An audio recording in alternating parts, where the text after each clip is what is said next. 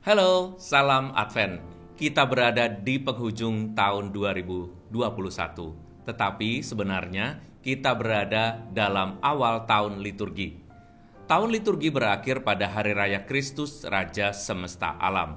Sedangkan tahun liturgi dimulai sesudahnya, yaitu pada masa Advent. Tahukah Anda ada beberapa hal Advent yang pantas kita cermati?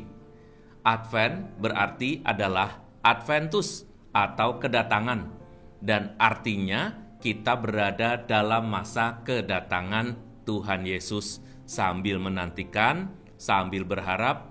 Kita berharap supaya Tuhan Yesus hadir di tengah-tengah kita sebagai Sang Immanuel.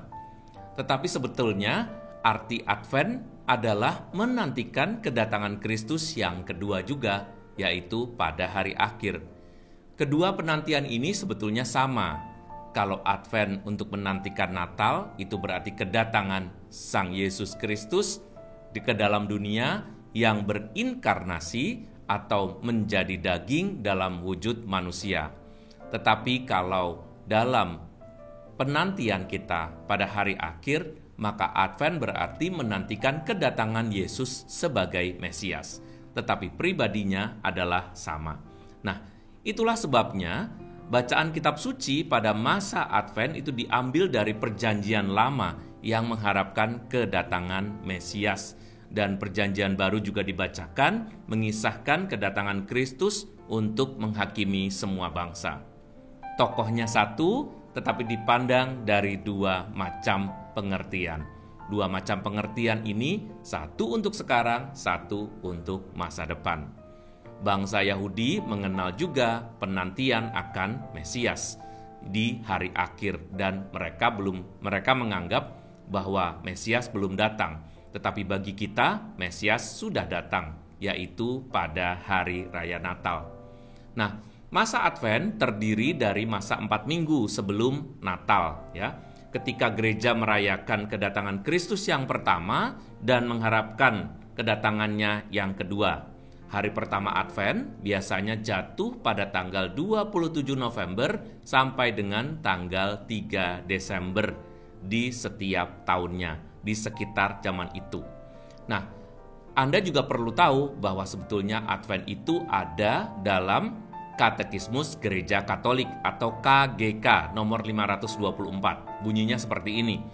Ketika gereja merayakan liturgi Advent setiap tahunnya, ia menghadirkan kembali pengharapan di zaman dahulu akan kedatangan Mesias yang pertama dan yang kedua di zaman akhir.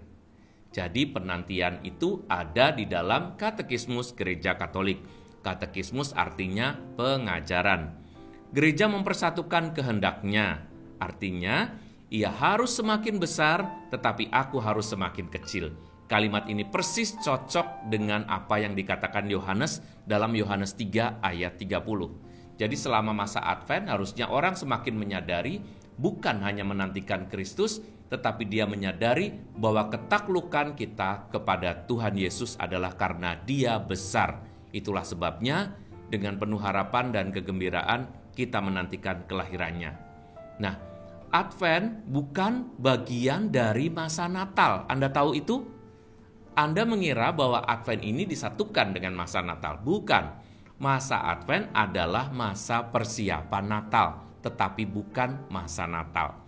Karena sebagai persiapan itu, kita menantikan, kita mensituasikan diri kita dengan semangat pertobatan, dengan kemauan untuk berharap lebih banyak, sehingga kita bisa merasakan kegembiraan.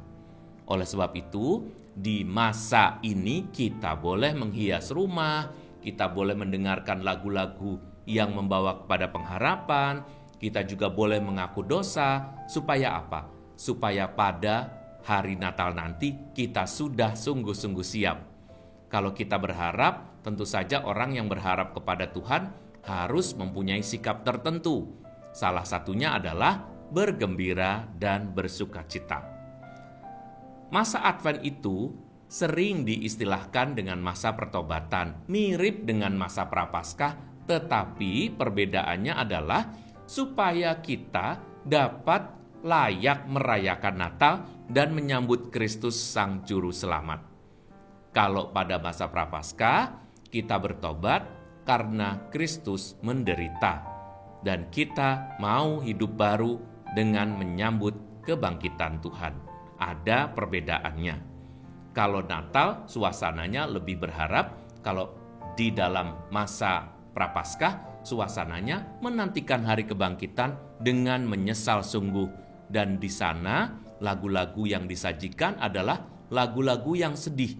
Sedih dalam arti rasanya, tetapi mengingatkan kita akan penyesalan segala dosa. Sedangkan pertobatan di masa Advent ini adalah bertobat, salah satunya adalah bertobat karena kurang berharap, dan salah duanya adalah bertobat karena kita sulit bergembira atau sulit bersukacita. Ciri-ciri perayaan Advent apa? Ya, perayaan Advent itu gembira, tetapi tidak segembira hari Natal. Gembiranya adalah didominasi dengan suasana tenang dan sederhana. Kita merayakan masa-masa Advent ini bersama keluarga. Dalam ketenangan itu kita berefleksi bersama, dalam ketenangan itu kita menyatukan diri bersama, saling memperbaiki komunikasi, memperbaiki relasi, supaya ketenangan itu membawa kita pada perasaan penuh harapan, sehingga pada hari Natal kegembiraannya mewarnai kita dalam merayakannya. Natal itu tidak berdiri sendiri, tetapi sebagai bagian dari penanggalan tahun liturgi. Anda tahu itu ya, tahun liturgi itu dimulai dari Advent dan nanti berakhir pada Kristus Raja Semesta Alam. Dan Natal adalah bagian dari tahun liturgi. Nah, oleh sebab itu, Natal perlu dipersiapkan, yaitu dengan Advent ini. Kalau Advent dianggap sebagai persiapan, maka Advent sebetulnya adalah masa penghiburan yang diberikan Tuhan dan kesempatan di mana kita dapat menyesuaikan diri dengan kehendak Tuhan. Tuhan maunya apa sih? Tuhan maunya kita gimana bersama seluruh keluarga?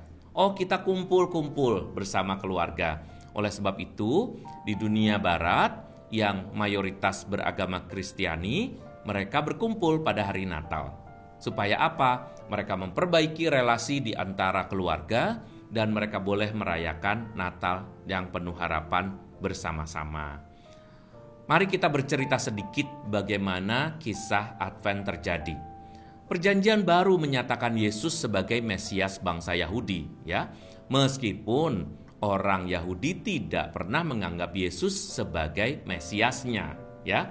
Mesias yang diharapkan adalah Mesias yang lain yang membebaskan bangsa Yahudi dari penindasan. Sedangkan Kristus yang kita yakini adalah Mesias itu mendirikan kerajaan di dunia dan mewartakan kerajaan itu bagi baik orang Yahudi maupun orang non-Yahudi untuk seluruh dunia. Nah, dari perayaan-perayaan itulah maka kita menganggap bahwa kelahiran Tuhan Yesus harus sungguh-sungguh dipersiapkan, karena ini adalah kelahiran Sang Mesias yang dinanti-nanti tadi. Kenapa sih kita harus menantikan Tuhan Yesus? Ya, meskipun jemaat pertama, jemaat mula-mula mengakui Yesus yang telah berjaya dalam gerejanya, namun mereka mengakui tidak semua orang dan belum sepenuhnya takluk semua orang itu kepada Yesus. Sehingga masih perlu ada penggenapan nanti pada hari akhir. Jadi tadi saya bilang perayaan Natal dan perayaan nanti pada saat Yesus datang kedua kalinya. Itulah sebabnya kita merayakan kedua-duanya dan menyebutnya sebagai masa Advent. Karenanya gereja perdana dulu juga menantikan dengan rindu kedatangan Yesus yang kedua. Jadi kalau sambil kita mikir-mikir nih, Advent itu harus dipikirkan dengan dua pengertian. Satu, menunggu Natal. Dua, menunggu hari di mana Tuhan Yesus menyatakan kemuliaannya. Ya. Dalam Matius 24 ayat 42 dan Matius 25 ayat 13, Alkitab mengajarkan supaya kita mempersiapkan diri menyambut kedatangan Tuhan dengan berjaga-jaga. Gimana caranya? Berjaga-jaga itu artinya apapun yang membuat diri kita jauh dari Tuhan harus kita singkirkan. Maka tidak betul bahwa ketika kita di masa Advent ini kita merayakan dengan pesta pora. Tidak betul ya. Tetapi bahwa suasananya membahagiakan dan membawa ketenangan, damai sejahtera, itu betul. Nah, yang lain lagi adalah bahwa kita harus menantikan dengan berjaga-jaga kalau ada kuasa yang lain yang membuat kita jauh dari Tuhan sehingga kita sulit untuk bergembira. Itulah sebabnya saya sering mengatakan selama bulan keluarga atau Advent ini kita harus menjamin bahwa suasana hati kita penuh kegembiraan. Jangan banyak hal menyusahkan hatimu karena Tuhan Yesus akan datang. Berjaga maksudnya mengarahkan kita pada hal-hal yang surgawi, bukan hanya yang duniawi melulu. Nah, dengan demikian kita dapat merayakan Natal dengan senang hati. Yuk kita ngobrol-ngobrol sedikit mengenai perayaan Advent ya. Perayaan Advent itu dimulai sekitar abad ke-6 dan kemudian pada abad itu dimulailah orang beranggapan bahwa kedatangan Tuhan Yesus di hari Natal itu harus dirayakan. Misalnya Santo Hilarius dari Poitiers tahun 367 dalam konsili Saragossa di Spanyol menjabarkan adanya 3 minggu masa puasa sebelum Epifani. Jadi Epifani itu kehadiran Tuhan, penampakan Tuhan di kandang Bethlehem itu ya. Tapi harus ada 3 minggu untuk mempersiapkan. Jadi ini mirip-mirip lah dengan perayaan Advent sekarang. Paus Leo Agung banyak berkhotbah tentang masa puasa pada bulan ke-10, yaitu bulan Desember waktu itu ya. Dan itu sebelum Natal juga. Lalu ada Galatian Sacramentary tahun 750 memberikan bacaan liturgi bagi 5 minggu sebelum hari Natal dan juga hari Rabu dan Jumat. Jadi ada masa-masa atau hari-hari dan tradisi tertentu sebelum masa sekarang ini yang mendahului Advent yang kita kenal. Dan akhirnya pada gereja barat itu berarti Roma ya, Katolik Roma memutuskan bahwa ada 4 minggu pada masa Advent yang dimulai di akhir November sampai dengan malam Natal dijadikan sebagai masa Advent. Jadi kita ini memasuki masa Advent itu berdasarkan suatu sejarah. Kalian tahu nggak bahwa gereja timur juga melakukan puasa untuk menyambut Natal. Jadi bukan hanya kita. Gereja timur itu gereja Katolik Ortodoks atau Katolik Yunani sebutannya ya, atau Katolik Timur. Masa puasanya lebih panjang dari masa Advent. Maka Advent pada gereja-gereja timur ini dirayakan baik oleh gereja Katolik maupun gereja Ortodoks juga. Nah, sayangnya pada masa reformasi, pemberontakan atau protes terhadap gereja Katolik dilakukan dengan satu usaha atau dengan satu gerakan untuk menolak masa-masa peringatan yang ada dalam gereja Katolik. Maka gereja-gereja reformasi atau gereja Protestan tidak mengenal masa atau peringatan dalam kalender liturgi karena banyak dari jadwal-jadwal atau masa dalam kalender liturgi itu yang ditolak oleh mereka. Gereja Protestan hanya mengenal masa Natal dan Paskah. Sekarang ini mungkin kita melihat hal lain. Jadi dalam masa perkembangan sesudahnya hanya gereja Lutheran yang merayakan mirip-mirip dengan liturgi gereja Katolik karena jadwal masa liturginya mirip juga dengan gereja Katolik. Beberapa gereja Protestan tetapi juga mempertahankan masa Advent seperti gereja Anglikan. Kemungkinan karena gerakan liturgis melawan sekularisme jadi dibuat seolah-olah masa Natal itu jadi masa yang sekular aja, masa untuk bersalam-salaman, masa untuk happy liburan. Maka gereja Anglikan bermaksud mengembalikan itu, lalu memulai mempertahankan masa Advent.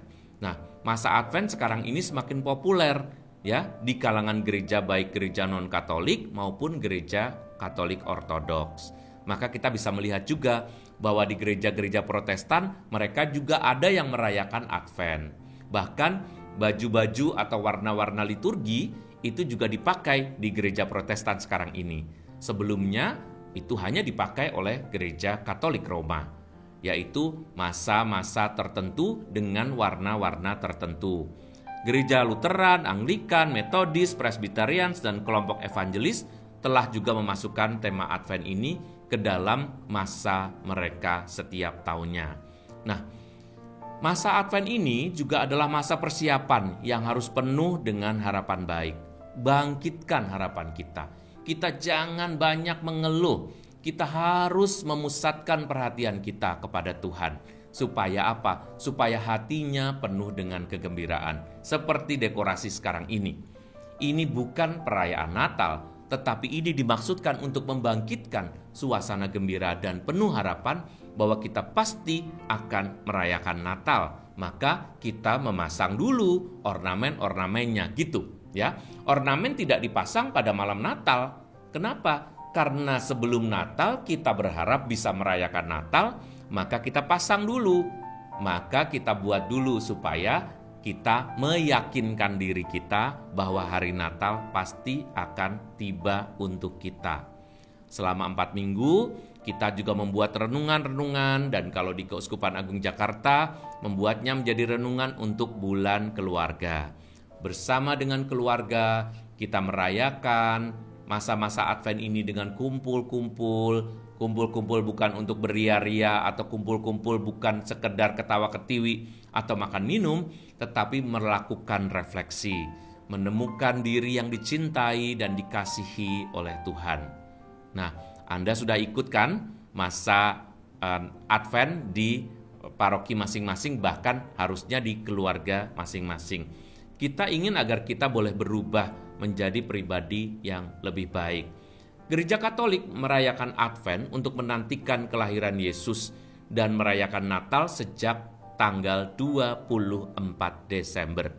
Jadi kalau Gereja Katolik ditanya kapan merayakan Natalnya, ya sesudah masa Advent berakhir, yaitu dimulai tanggal 24. 24-nya juga harus sesudah jam 12 siang.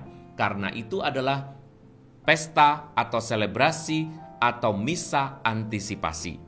Jadi kalau merayakan Natal di tanggal 24 Desember pada pukul 5 sore misalnya, itu sudah merayakan Natal.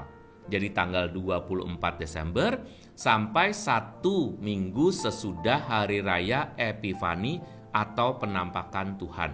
Nah, sekarang hal lain adalah kita bicara tentang lilin. Nah, di dalam perayaan Advent ada 4 lilin ya. 4 lilin. Lilin yang pertama disebut sebagai lilin nabi. Yang pertama, yang kedua, dan yang keempat berwarna ungu. Sedangkan yang ketiga berwarna pink. Saya akan menjelaskan yang pertama. Yang pertama disebut sebagai lilin nabi karena lilin ini memberi pengharapan untuk memasuki masa Advent. Kemudian lilin yang kedua berwarna ungu juga disebut lilin Bethlehem, dan ini sebagai lambang cinta. Jadi lilin yang kedua lambang cinta. Lilin yang ketiga disebut lilin Gaudete atau lilin sukacita. Lilin yang ketiga ini berwarna pink. Ya, ingat warna pink tidak mengisyaratkan warna cinta, tetapi warna sukacita. Berbeda dengan yang kita kenal, biasanya kalau pink mesti cinta, ya kan? Tetapi bukan itu. Pink justru mewartakan sukacita. Dan yang keempat adalah warna ungu, disebut lilin malaikat. Dan lilin ini disebut sebagai lilin kedamaian. Karena kita benar-benar akan menantikan dan akan segera merayakan Natal, maka lilin ini mengisyaratkan baik kedamaian maupun sukacita. Ada 4 lilin, kalian harus mengingat ya.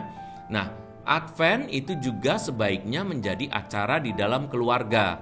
Supaya kalau Anda bertobat tuh jangan bertobat sendiri. Supaya kalau terjadi perubahan di dalam hidup keluargamu, jangan berubah sendiri. Keluarga yang lain enggak. Maka diusahakan seluruh keluarga merayakan, memperingati, dan juga menjalani masa Advent bersama-sama. Jadi Advent intinya adalah 1 harapan, 2 ada sukacita, 3 ada pertobatan, 4 ada iman, dan yang terakhir adalah pembaruan. Ini yang harus kita usahakan, ya. Harapan, sukacita, pertobatan, iman, dan pembaruan. Sehingga pada masa Natal kita sudah benar-benar siap merayakannya. Kita mengalami pembaruan, kita mengalami sukacita karena berharap kepada Tuhan yang hadir. Maka selamat menikmati masa Advent ini. Kalau ada yang tidak jelas, kalian boleh menulis di kolom komentar. Kalau Anda ingin bertanya, silakan tulis di kolom komentar, baik di akun Erwin MSF atau di akun komkk.kaj. Selamat merenungkan, selamat memasuki masa Advent. Tuhan memberkati. Salam Advent.